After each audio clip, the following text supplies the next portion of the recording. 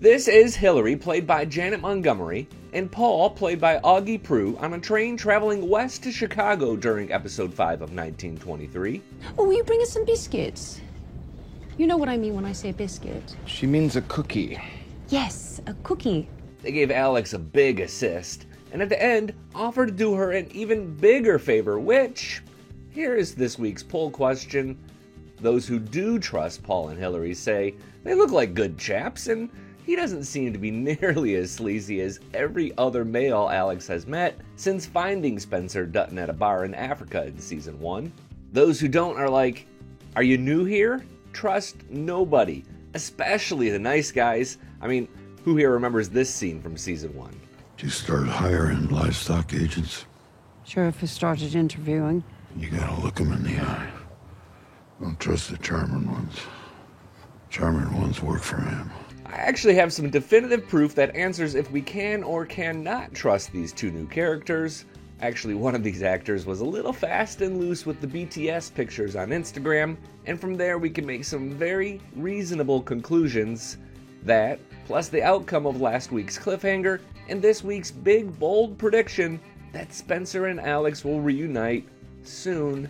I'll also share what we know about a rumored third season of 1923. It's all coming in a minute. Quote, absolutely nothing good will come of this.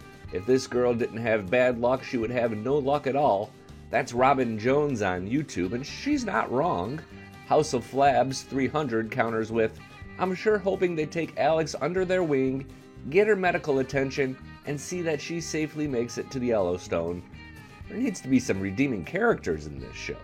Yeah, that person's not wrong either. And gosh, as Alex was raining blows down upon the man who assaulted her, I sort of forgot she was pregnant and underwent all that trauma during a mugging in New York City a few days ago. We did get confirmation that she didn't lose the baby, however. You might have missed it. Watch close. One day, you'll have children, and you'll see. I already see. Alex has to go with Paul and Hillary to their home in Winnetka because her connector to Fargo is canceled due to the snow. You've seen what happens to men with wayward hands around me. I shall keep my hand firmly in my pockets. Yeah, that's smart, Paul. Very smart. Quick sidebar, real-life Winnetka is where both Home Alone and Ferris Bueller's Day Off were filmed. That was the answer to this week's trivia question on the Dutton Rules podcast, and Maria is going to get a t-shirt like this one from the Y Collection at tasteofcountrystore.com. For a limited time only, we're hosting a store-wide sale, so you can save up to 40% on all kinds of cool t-shirts, sweatshirts, coffee mugs, and more. I want one of these real bad. You see, in the end, I'm an optimist, and I do believe these two are here to help Alex. That sentiment was supported after I checked out Augie Prue's Instagram page, and big thanks to Renee who tipped me off to this at the email address staff@tasteofcountry.com. Last summer, the man who plays Paul was sharing all kinds of behind-the-scenes pics of lunches with Brendan Sklenar, nights out with Julia Schleifer, and more. These were all taken in Austin, Texas, which, sure, he filmed there, hung out a bit, that makes sense, right? But then he shared more BTS from Montana, many of which included 1923 castmates. Janet Montgomery was there too. Why would Paul and Hillary go to two locations if they weren't going to film in two locations, right? This one finds him with Caleb Martin, who plays ranch hand Dennis on Yellowstone. I believe that Alex gets an escort the rest of the way home, and I really have no explanation for why the couple would do this, but this theory is pretty intriguing. Future investors, says DCO3995. They'll be one of the major contributors to the Yellowstone's renewed success? Probably not. Let subscribers know my batting average is pretty low, so who am I to disagree? I'm pretty sure I'm right about this next one, however.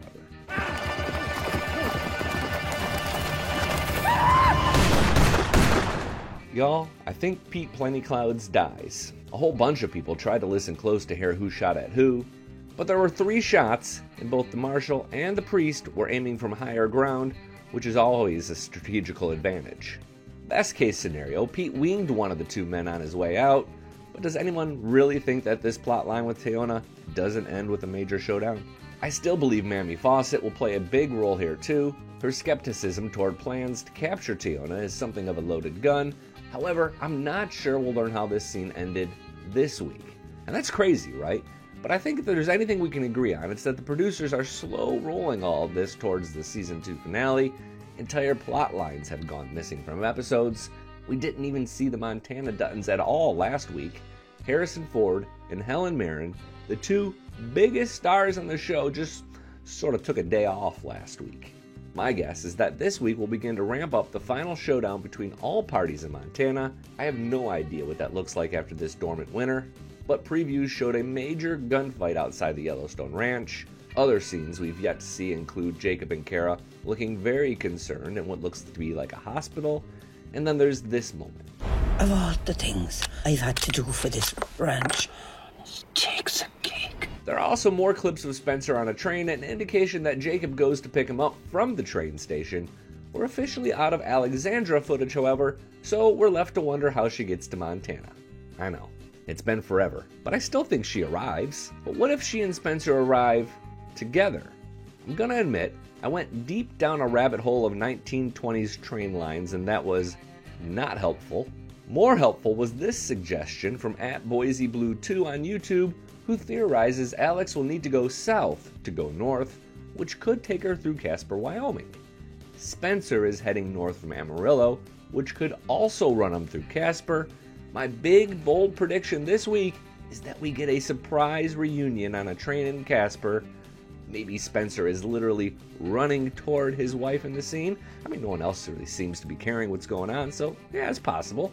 Comment below, would all this waiting be forgiven for one great passionate reunion scene in episode 6? Q&A is next. Drop one in the comment section below, or go ahead and email us at staff@tasteofcountry.com with all your questions, comments, and conspiracy theories. No judging here. At the start of this video, I mentioned news on season 3, which sounded strange because from the get-go, everyone has just said 2 seasons. That's it.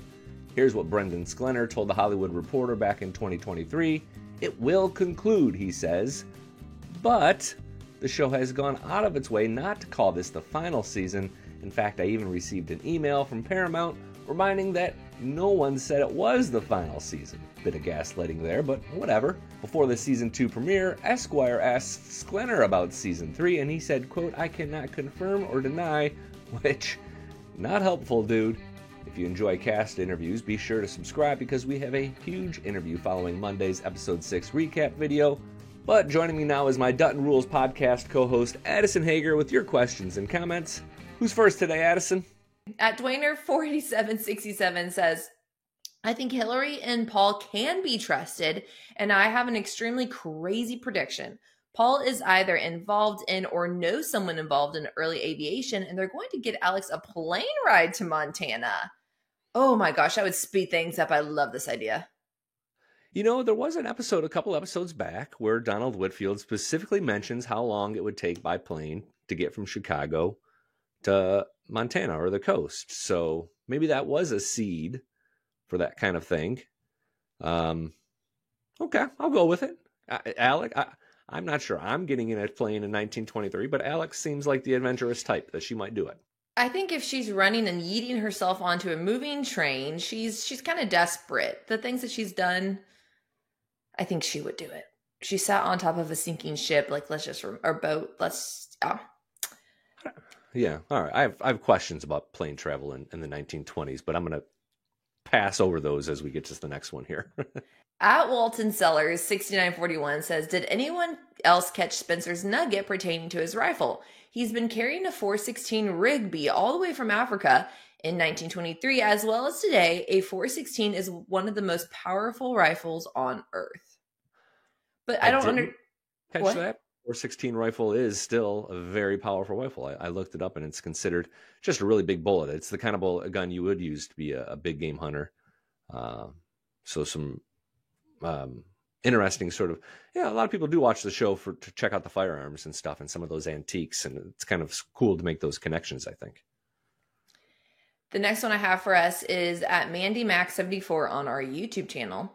Says sexual harassment wasn't really a thing, air quotes around that, in 1923. It happened, but it wasn't even thought of being wrong. I don't have enough knowledge on that one. So I don't think things were so wild in the 1920s that if people were being sexually assaulted in broad daylight on a train, people would just kind of go about their business. Like, it was still a crime. Sure, it was probably maybe a little bit more skeptical to a woman's story if she was claiming it, but it wasn't like, I don't know what a comparable society would be like. And this is also Chicago, so you figure some metropolitan sensibilities. I think that's probably not as true as she says. Like, it was, if you were sexually assaulted on the street and there was a man who was willing to stand up as a witness, because it probably didn't take a woman's word for it, then I think you very well would be prosecuted for that crime. So I'm going to push back a little on that, Mandy. Now, that said, I have kind of brazenly given some opinions in some areas I didn't know before and got my hand slapped. A couple of weeks ago, we were talking about Alex at the immigration center and her gynecological exam, and I got an email that had the subject line, Billy, Billy, Billy. I was like, okay, fair. I'm going to stay in my lane, but I am going to go out on a limb in this one and say it was probably still a prosecutable crime in 1923 to do what this guy did. The next one I have for us is at Bless Your Heart 254. The whole show is suffer porn.